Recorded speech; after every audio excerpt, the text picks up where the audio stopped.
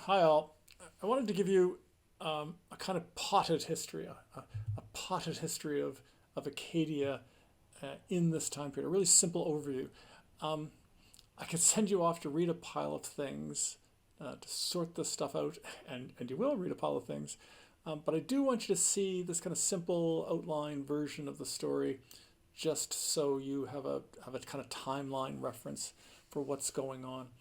Um, in many ways, some of these details may seem unimportant, but as we'll see in our project, some of them are actually directly relevant to the people and the places we're trying to describe.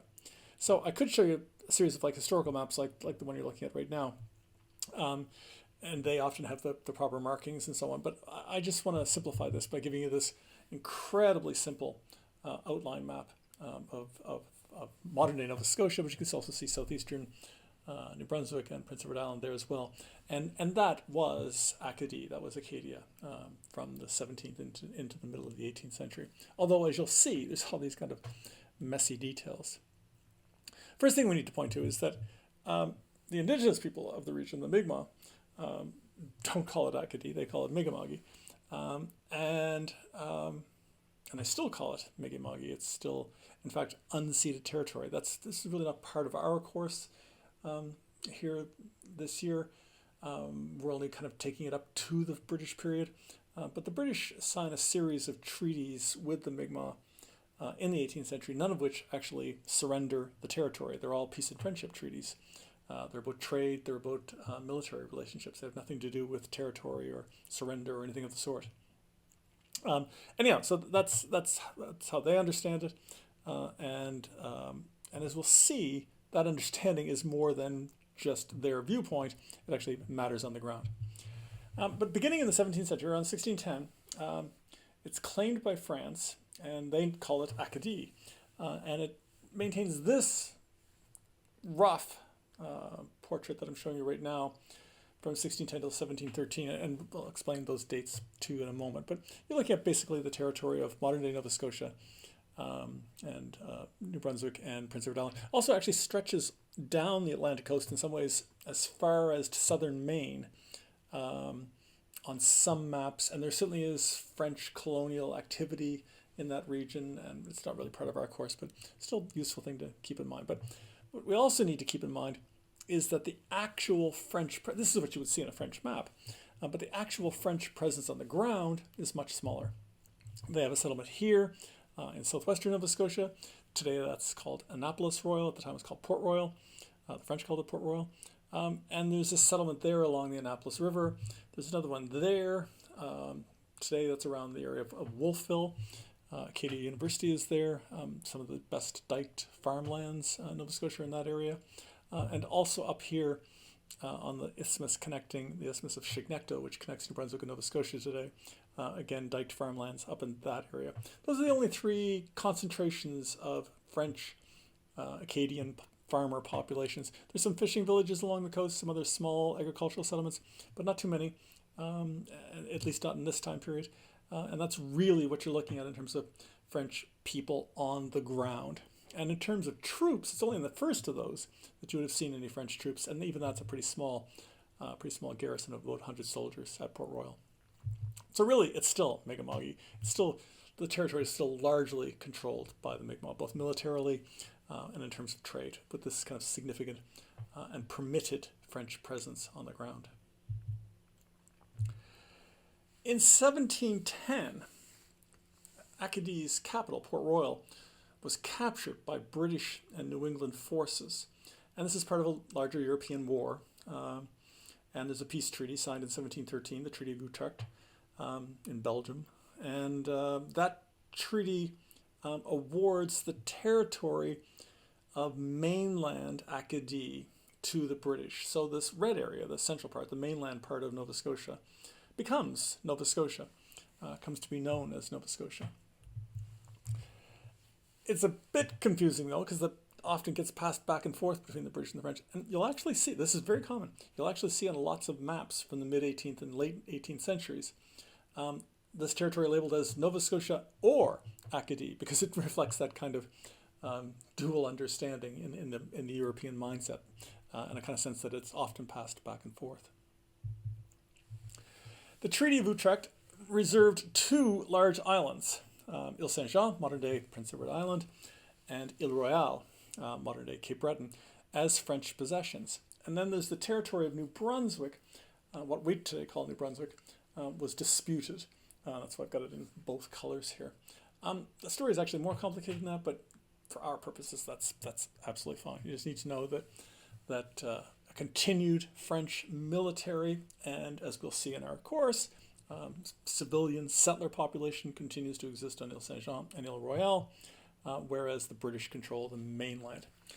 At least they control the mainland in terms of European relationships. As the Mi'kmaq still largely control that territory. To defend the remaining territory, to defend access to the fishery, and to defend access to the St. Lawrence River and the Gulf of St. Lawrence to the north and the west, the French built a large fortress on Ile Royale, which they call Louisbourg, named for the king, of course, and they began construction in 1722, and it's built over the next 10 years. It's a large fortress. I've seen American school maps that describe it as Fort Louisbourg. This is not a fort. This is a fortress. This is a city enclosed by walls. It's a significant military facility, and they built that there to really assert and defend their place in the North Atlantic.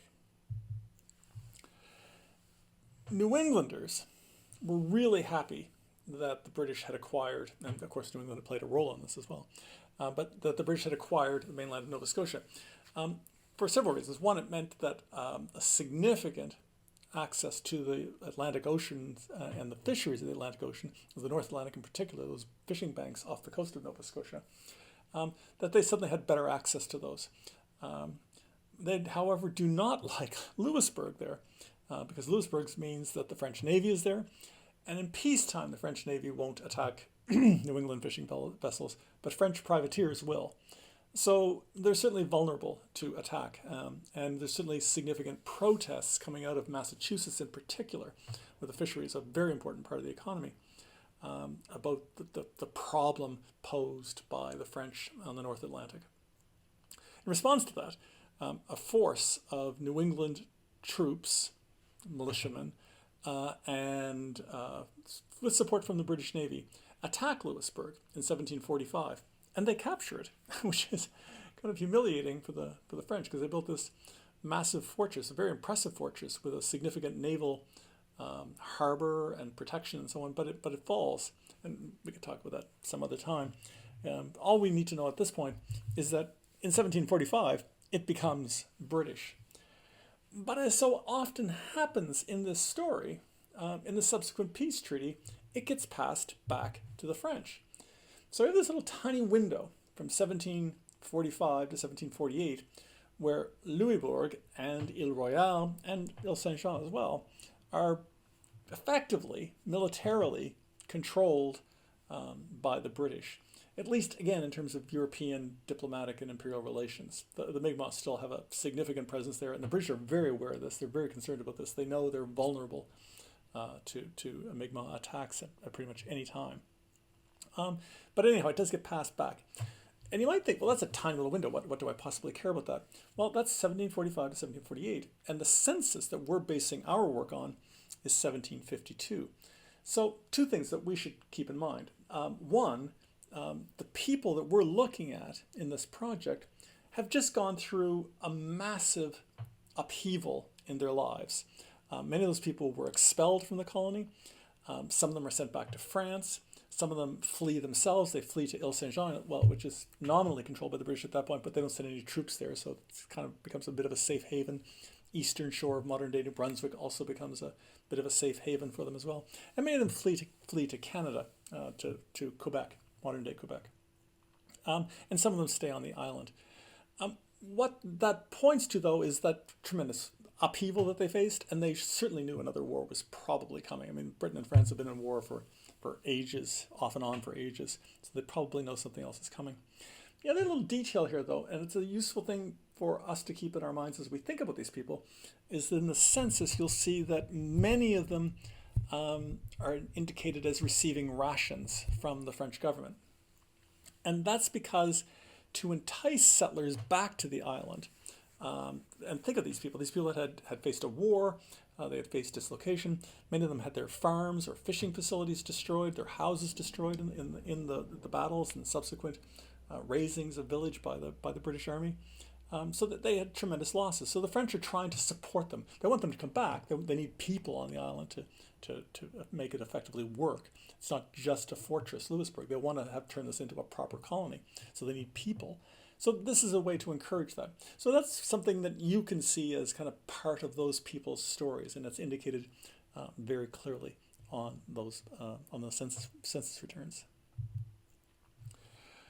In response to the passing of Louisbourg back to the French, the British build a new fortified city further down the coast, along the Atlantic coast of Nova Scotia, which is Halifax, which of course still exists today.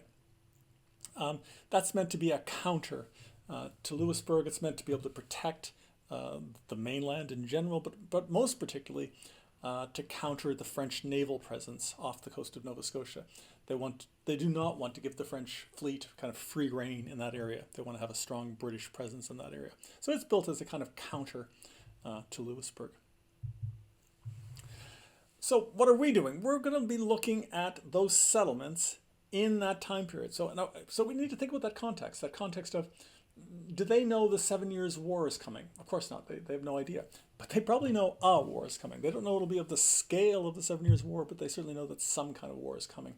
And we're looking at people in tiny little settlements like Port Toulouse, like Port Dauphin, like Petit Bredor, like Niganish, like the Baie d'Espagnol, which of course is an interesting little place too, which reminds us of a pre-French, pre-British European presence in Cape Breton. This was a Spanish Basque, actually, but a Spanish fishing center in the 16th century, so before the French are even there. But these are the people we're looking at. Some of them are Acadians, some of them are French, some of them are Mi'kmaq, but these are the people of Ile Royale. And this little history, this little potted history I've given you, allows you to see some of the context for these people's lives. And I think you'll be well advised to consider that context when you're trying to understand who they are and what kind of actions and strategies they seem to be pursuing on the ground. We'll be talking about this a lot more over the course of the term, but I hope this gives you a kind of nice little snapshot of the messy story that is Ile Royale in the middle of the 18th century. Take care.